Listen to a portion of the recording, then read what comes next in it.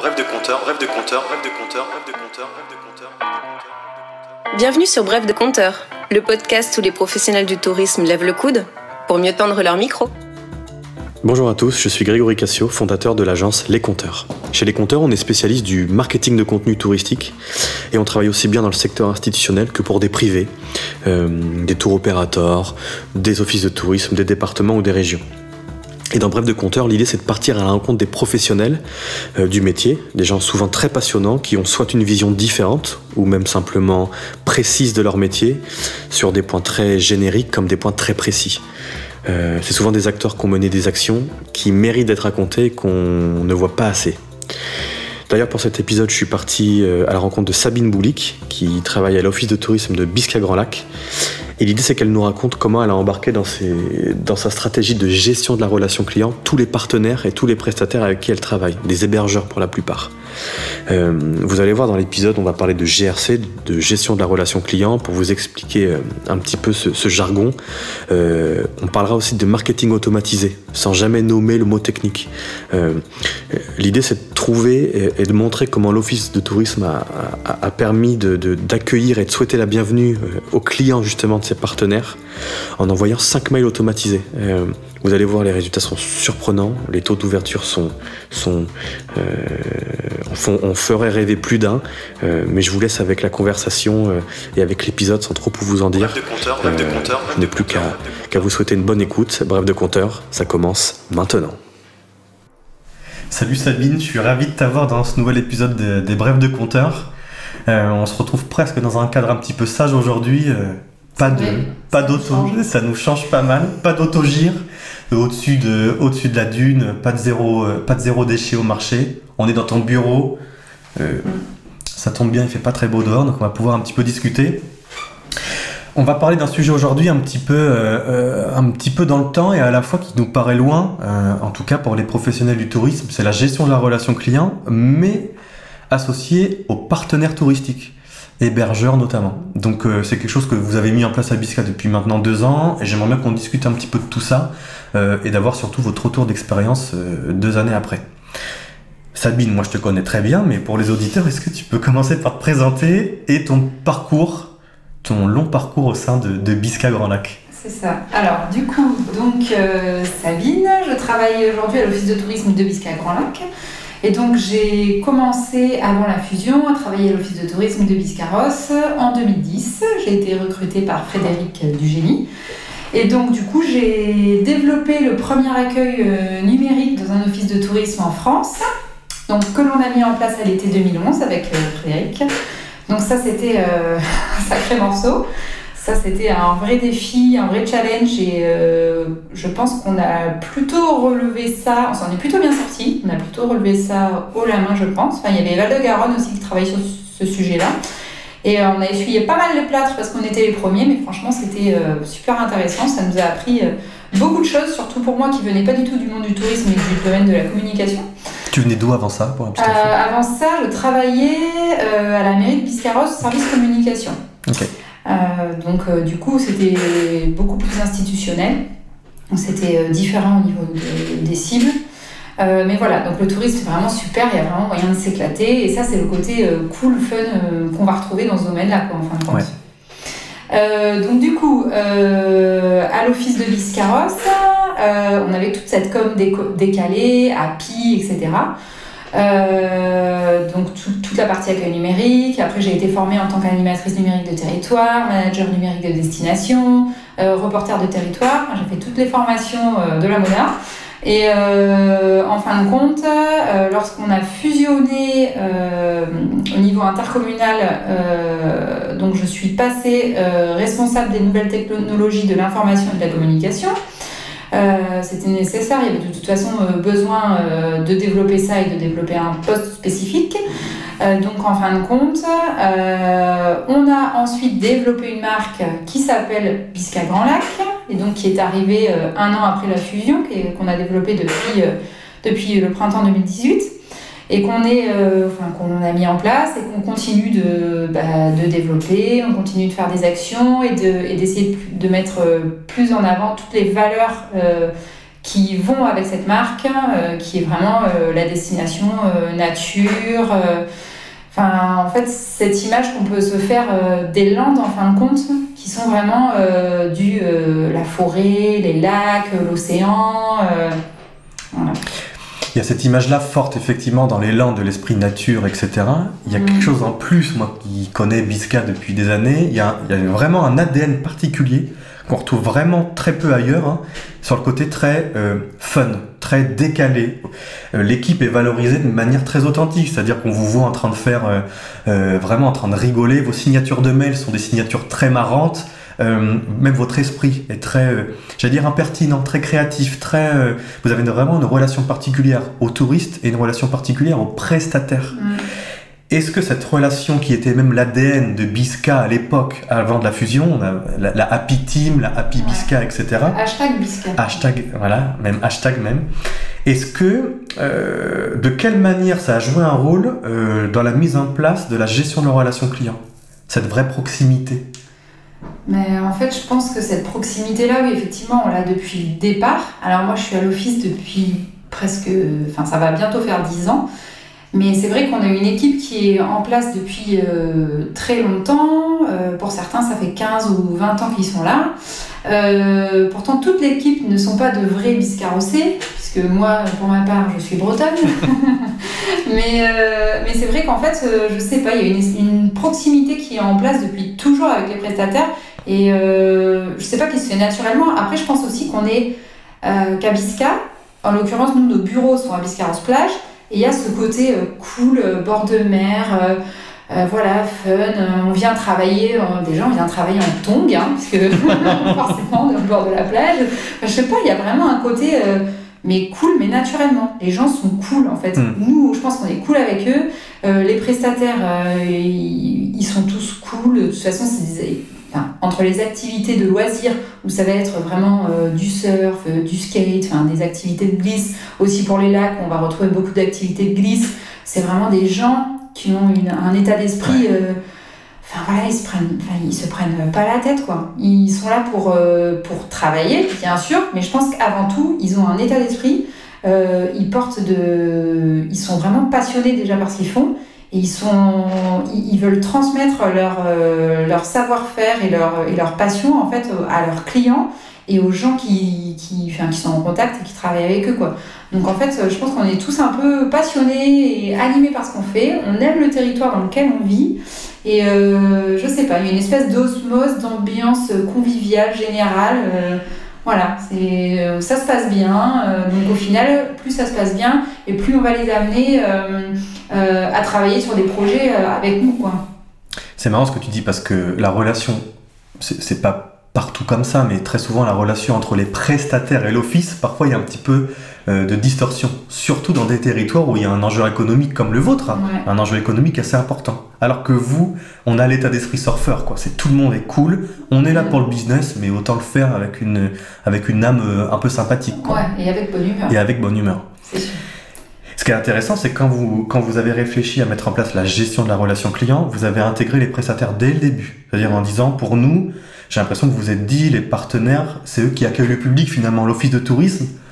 C'est peut-être 10% des touristes qui vont venir en office. Encore, quand je dis 10%, c'est peut-être même largement moins. Par contre, on sait bien que la donnée client, elle est chez nos partenaires, en gros.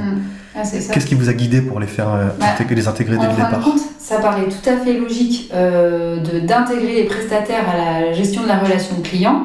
Les hébergeurs, ce sont eux les premiers contacts, hormis ceux qui sont passés par l'office, mais sinon ce sont eux les premiers contacts avec les clients, ce sont les premiers contacts du territoire, ce sont les premières personnes qu'ils voient quand ils arrivent.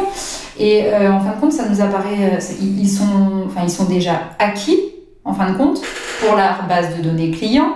Et donc, en fin de compte, quand on va recevoir une information avant de partir en vacances du prestataire hébergeur chez lequel on va, en fait, je pense qu'on n'a qu'une hâte, c'est de savoir, de découvrir ce qu'il va nous dire, quoi. En fin de compte, c'est il m'a envoyé un mail, mais qu'est-ce qu'il va me dire? Ah, super, dans tous les cas, c'est quelque chose auquel je m'attends qu'il est positif, puisque c'est dans l'objectif de partir en vacances.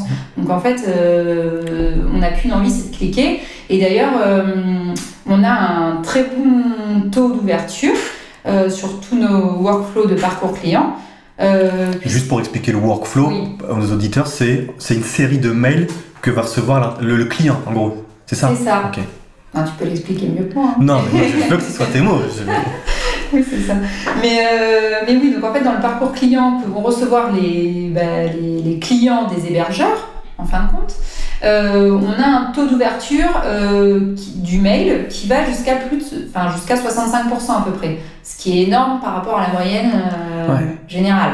Une moyenne d'ouverture de mail, c'est entre 15 et 25% quand le mail il est très bon. Là, tu nous disais plus de 60%. Ouais, c'est ça. C'est énorme. C'est là qu'on voit toute l'importance justement de l'hébergeur qui accueille. Et en fin de compte, on voit que ces chiffres-là, c'est pas uniquement chez une chambre d'hôte. Puisque c'est vrai qu'on peut se dire que chez une chambre d'hôte, on va avoir un contact qui est quand même plus particulier, qui est vraiment de proximité, où il y a que quelques chambres. Enfin, on va beaucoup plus peut-être discuter avec la personne au téléphone avant de recevoir les emails et donc déjà créer une vraie relation en amont. Et en fin de compte, on se rend compte qu'on a aussi pour les campings quand même un bon taux d'ouverture.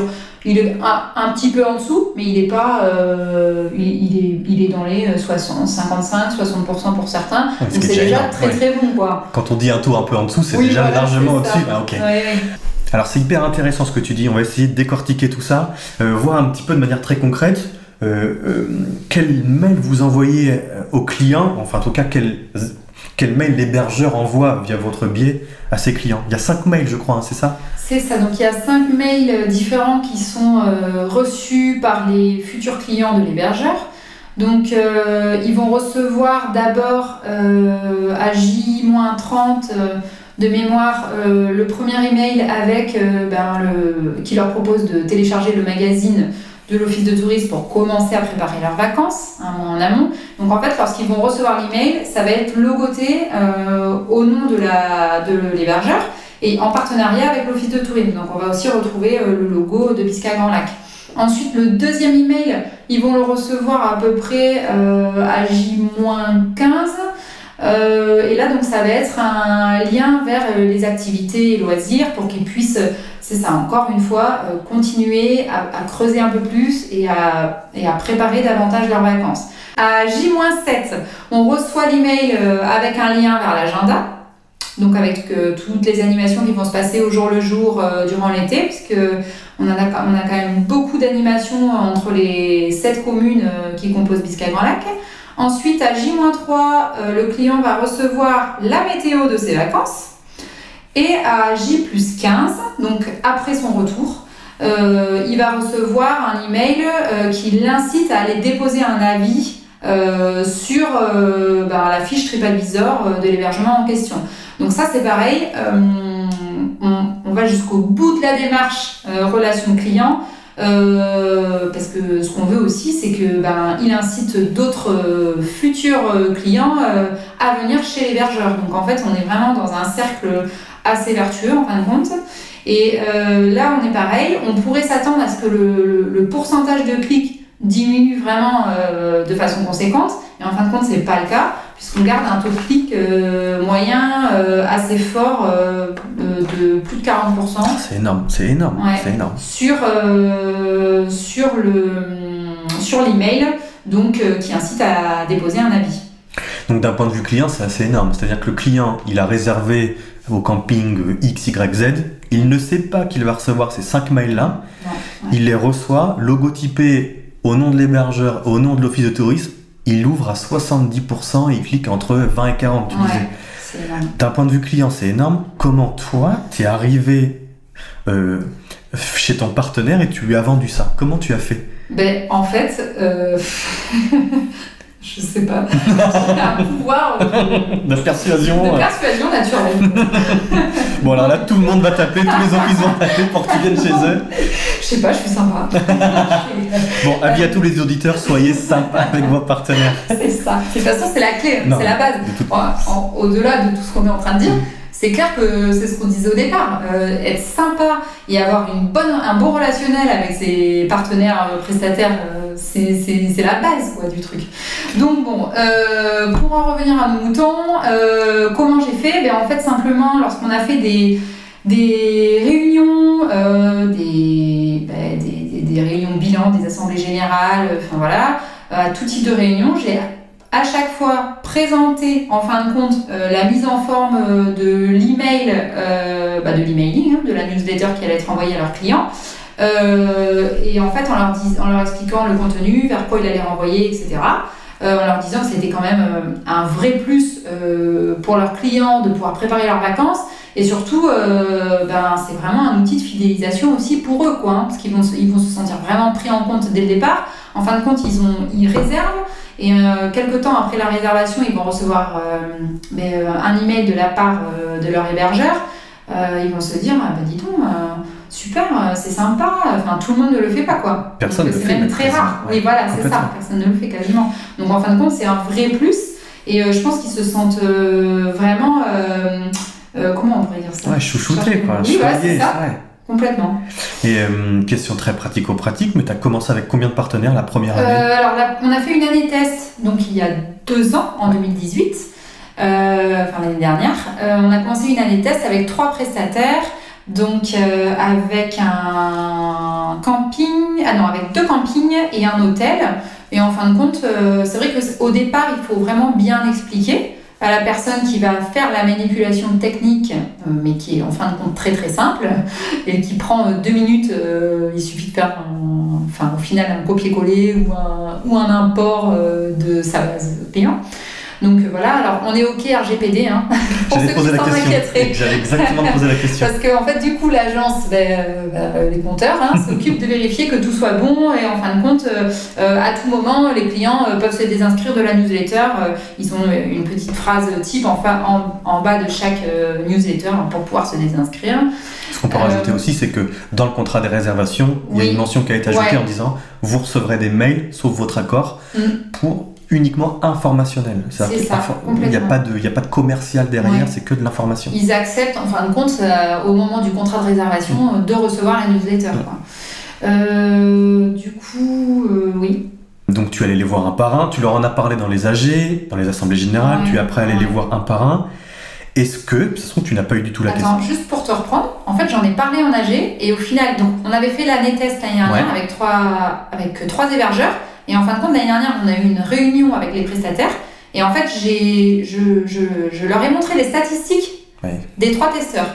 Et en fait, je n'ai pas eu besoin d'aller les convaincre. Ils sont venus, eux, à moi, en me disant « Mais ouais, c'est vraiment sympa, c'est une bonne idée, c'est vraiment un vrai plus pour nous et pour le client. » Et du coup, nous, on est super partants. Voilà. Et en fin de compte, j'ai pas eu besoin d'aller plus les chercher que ça, puisqu'ils sont venus, ils ont été convaincus lorsqu'ils ont vu les chiffres, tout simplement. Et combien t'en as cette année, du coup ? Du coup, cette année, on a travaillé avec 10 prestataires et on a limité. D'accord. On avait limité. Donc pour 2019, on avait limité à 10 parce qu'il y avait plus de demandes. Et comme c'était que la 2e année, voilà, on avait limité. Donc cette année, pour 2020, on étend autant de prestataires qui veulent partir dans cette démarche-là. Ce qui est hallucinant, c'est que tu les fais payer en plus. Ils te donnent leurs données et tu les fais payer. Et je les fais... Oui, non, mais leurs données, je ne l'utilise pas. Voilà, c'est ça. Donc du coup, tu n'exploites pas leurs données à des fins commerciales. Non, on n'a pas le droit, de toute façon. Exactement. Non, mais c'est important de le dire parce que très souvent, le mot GRC, le mot marketing automatisé fait peur. Parce qu'on y voit derrière exploitation de la donnée, alors que là, pas du tout. Tu envoies les 5 mails et après c'est fini. Oui, c'est ça. En fin de compte, et puis oui, c'est ça. De toute façon, la RGPD, on l'a mise en place, on l'applique et on la respecte. Donc, on n'a pas le droit de... Puis de toute façon, ça, les hébergeurs, ils nous le demandent à chaque fois. Systématiquement, ils nous demandent, oui, mais est-ce que la RGPD, c'est bon ? Parce c'est un mot qui fait peur. Ouais. Mais vraiment. Et donc, du coup, il faut un peu lever les freins par rapport à ça et vraiment bien leur expliquer parce que souvent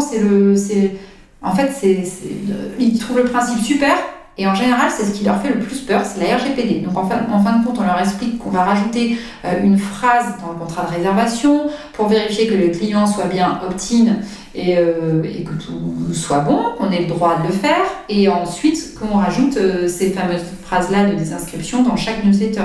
Donc voilà, une fois qu'après le frein il est levé là-dessus, il n'y a pas de souci. Est-ce que tu as des partenaires qui après t'ont reposé des questions une fois qu'ils ont commencé à jouer le jeu ? Tu n'as eu aucun partenaire qui n'a pas joué le jeu finalement ? En fin de compte, il y en a au début qu'il a fallu relancer. Ouais. Après, c'était juste des personnes qui sont un petit peu moins à l'aise avec les outils technologiques. Mais après, moi, j'ai un vrai accompagnement là-dessus et ça me paraît logique d'ailleurs. C'est-à-dire que j'y suis allée une fois, ils ont compris du premier coup, ils l'appliquent. Donc, avec Alice de l'agence, on effectue un suivi et pour vérifier qu'ils remplissent bien les données, on les rappelle si besoin. Et si on voit qu'il y a un souci, que c'est pas rempli, moi je les rappelle, ils m'expliquent ce qui va pas, ou ce qu'ils comprennent pas, ce qu'ils n'arrivent pas à faire. Et après, je retourne chez eux, refaire la manipulation avec eux, et pour m'assurer qu'il y ait un vrai suivi, parce qu'en fin de compte, s'ils remplissent pas les données derrière, il n'y a pas d'intérêt. Donc on joue le jeu aussi de les accompagner vraiment, quoi. C'est important ce que tu dis. Il y a le côté sympathique qui effectivement lève les freins dès le départ, mais il y a quand même un vrai suivi de votre part derrière. Oui. Bien sûr, il suffit pas d'être sympa. Ça fait beaucoup. Il faut aussi être professionnel. Exactement.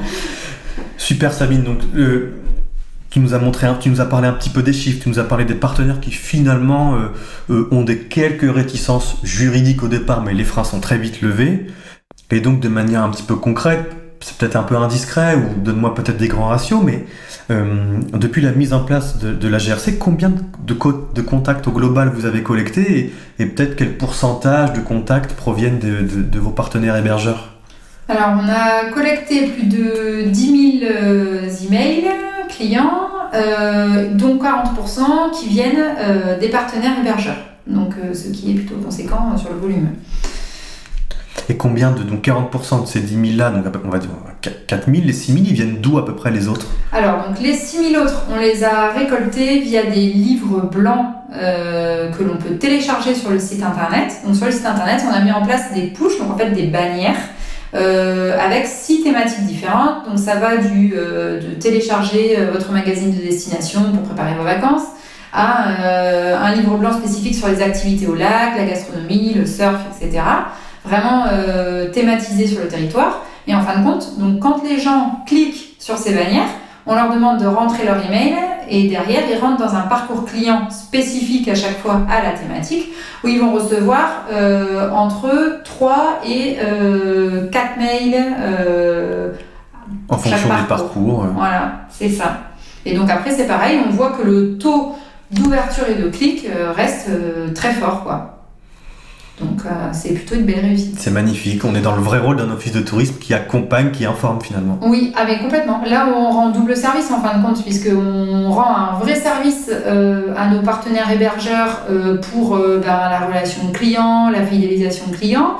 Et nous, on remplit notre rôle tout à fait d'information auprès des touristes qui vont venir sur le territoire. Si tu avais des petits conseils, maintenant que tu as 2 ans de recul, si tu devais donner peut-être 1 ou 2 conseils à nos auditeurs qui écoutent, comment on se lance? Par quoi on commence? Est-ce que tu as des petits tips là-dessus? Moi, je dirais déjà, il faut... pour se lancer sur les livres blancs ou se lancer en parcours spécifique de manière avec globale, les prestataires? Exactement. Comment je fais de la GRC? Alors, il faut déjà identifier tous vos plus sur le territoire, ce qui vous différencie. À partir de là, vous pouvez vous dire que ces livres blancs thématisés peuvent intéresser les touristes parce qu'il y en a une partie qui vont venir spécifiquement pour votre petit truc à vous, pour votre truc en plus. Et du coup, ça les intéresse d'en savoir plus. Donc automatiquement, ils vont être captés et ils vont rentrer dans le parcours client dédié. Après, pour travailler avec les hébergeurs, honnêtement, en fait, je pense qu'il faut lever les peurs, il faut leur montrer que ça va être... ça paraît logique, comme toutes les actions que fait un office de tourisme, c'est un plus pour eux. C'est souvent du bon sens, mais c'est du bon sens, mais il faut leur montrer des exemples. Il faut leur montrer à quoi ça va ressembler. Il faut leur... faire... C'est pour ça que faire une année test, je trouve en fin de compte, c'est pas mal. Parce que ça permet de savoir un peu où on va... ça permet d'orienter et de se faire une idée générale de si la sauce va prendre, quoi. Simplement. Bon, après, en général, si on a le bon contenu, qu'on envoie au bon moment à la bonne personne, on ne le répétera jamais assez, il n'y a pas de raison que ça ne fonctionne pas, quoi. Donc, après, il faut que le prestataire joue le jeu, ça c'est indéniable, parce que de toute façon, ça va faire 50% de la réussite du truc. C'est que si il est qu'à moitié convaincu et qu'il le fait pour le faire, ça fonctionnera pas. Mais parce que la réussite dépend aussi de lui et de sa motivation. Mais du coup, moi, après, j'ai mon petit truc à moi aussi. C'est-à-dire que voilà, je joue sur ce côté relationnel que je peux avoir avec les prestataires. Et je vais essayer un peu de les challenger entre eux, en fait. Ça, c'est parce que j'aime bien. mais en fait, c'est-à-dire que donc, chez nos prestataires hébergeurs, forcément, la majorité sont quand même là depuis un moment. Moi, ça fait un moment que je suis ici, donc je les connais tous les personnels d'accueil. Et en fait, je sais maintenant qui va être un peu plus orienté sur les nouveaux outils et qui va être un peu plus apte à travailler sur ça dans la structure. Alors, sauf pour les petites structures où ça va être tout le temps les gérants. Hein. Mais en fin de compte, bon, s'ils vous ont dit oui, c'est qu'ils sont plutôt partants. Donc après, je vais leur dire, écoutez, si je vais dans un hôtel, par exemple, la personne que je forme, je vais lui dire, tu vois, dans l'autre hôtel... pour l'année test, ils ont fait ça comme résultat. Ils ont envoyé à peu près tant de mails, ils ont eu tant de pourcents d'ouverture. Franchement, ça a cartonné sur ce mail-là spécifiquement. Et en fin de compte... Tu piques leur ego, quoi. C'est ça. Je pique un peu leur ego. Mais sur le coup, ils ne relèvent pas. En général, je crois qu'ils bloquent. Et puis, ils ne relèvent pas forcément. Mais oui, ça pique un peu leur ego. Et puis, du coup, en fait, derrière, ça booste leurs résultats, franchement. Donc, ils disent rien devant toi, puis dès que t'es parti, ils se mettent. Je sens que ça les pique un peu, certains plus que d'autres d'ailleurs, mais que ça les pique un peu et qu'ils se disent ah ouais mince, parce que forcément sur le territoire par exemple, ici ils se retrouvent par exemple on va dire que sur une ville spécifique à chaque fois, donc je le mets en challenge avec un autre prestataire qui n'est pas très loin. Histoire de montrer que le concurrent... Géographiquement parlant. Je ne vais pas le faire avec celui qui a un autre territoire avec une clientèle différente, qui n'a pas la même cible. Donc du coup, c'est ça leur met un petit coup de pression, et puis, mais gentiment, bien sûr, tout en rigolant. On garde la sympathie, voilà. Mais le côté un peu piquant. Ouais, c'est ça. Non, c'est plutôt le petit coup de pression, l'air de dire, allez, pour les inciter encore plus à jouer le jeu. Et franchement, je trouve que ça marche. Honnêtement, ça marche bien, et puis voilà, et puis après, on en rigole un peu, donc bon... Ouais, c'est sympa en tout cas. De travailler là-dessus avec eux, moi j'apprécie vraiment. C'est une des facettes du métier que justement qui m'intéresse. C'est de leur apporter un vrai plus et de leur dire, on est un office de tourisme, on est là pour renseigner les clients, mais pas que. On est aussi là pour vous orienter, pour vous aider, vous donner des conseils sur toute votre stratégie digitale, quoi. Donc n'hésitez pas. Là, je vous ai aidé là-dessus, mais ça peut très bien être demain. On a aussi tout un... Enfin là, on va partir dans autre chose, mais on a tout un réseau qui a été développé où on a des écrans chez les partenaires hébergeurs aussi. Et en fin de compte, avec toute l'information touristique qui tourne, et ça, on est les seuls aussi à l'avoir mis en place. On est les seuls à l'avoir mis en place, en tout cas, sur l'Aquitaine. Parce que je sais, sur la Nouvelle-Aquitaine. C'est intéressant, ça fera peut-être l'objet d'un futur podcast, d'un nouveau numéro. Ouais. Sabine, un grand merci, parce qu'on a parlé d'un sujet qui est quand même assez technique, assez nouveau. Sur un podcast où il n'y a pas d'image, je pense que tu t'es vraiment bien débrouillé. Moi, ce que je retiens vraiment, c'est que on a parlé de très peu technique. En fait, la clé, c'est écouter et former et rassurer, en fait. Et après, le reste suit. Ouais. En fait, le relationnel, c'est super important avec eux. Et puis, ils vous feront confiance. Et à partir du moment où ils vous feront confiance et où ils voient que les résultats suivent, ils seront convaincus, quoi, j'ai envie de dire. Donc, Du coup, Sabine, j'en profite pour à la fois remercier les auditeurs et de leur demander avec toute la sympathie du monde que tu peux avoir. Mettez-nous 5 étoiles sur Apple Podcast, mettez un petit commentaire, ça permet au Bref de Compteur de remonter dans la liste des podcasts. On se retrouve pour un prochain épisode très bientôt, et puis allez voir les Brefs de Compteur et les épisodes précédents parce qu'on a eu que des invités très sympathiques. À bientôt Sabine. À bientôt Greg. À bientôt tout le monde. Au revoir.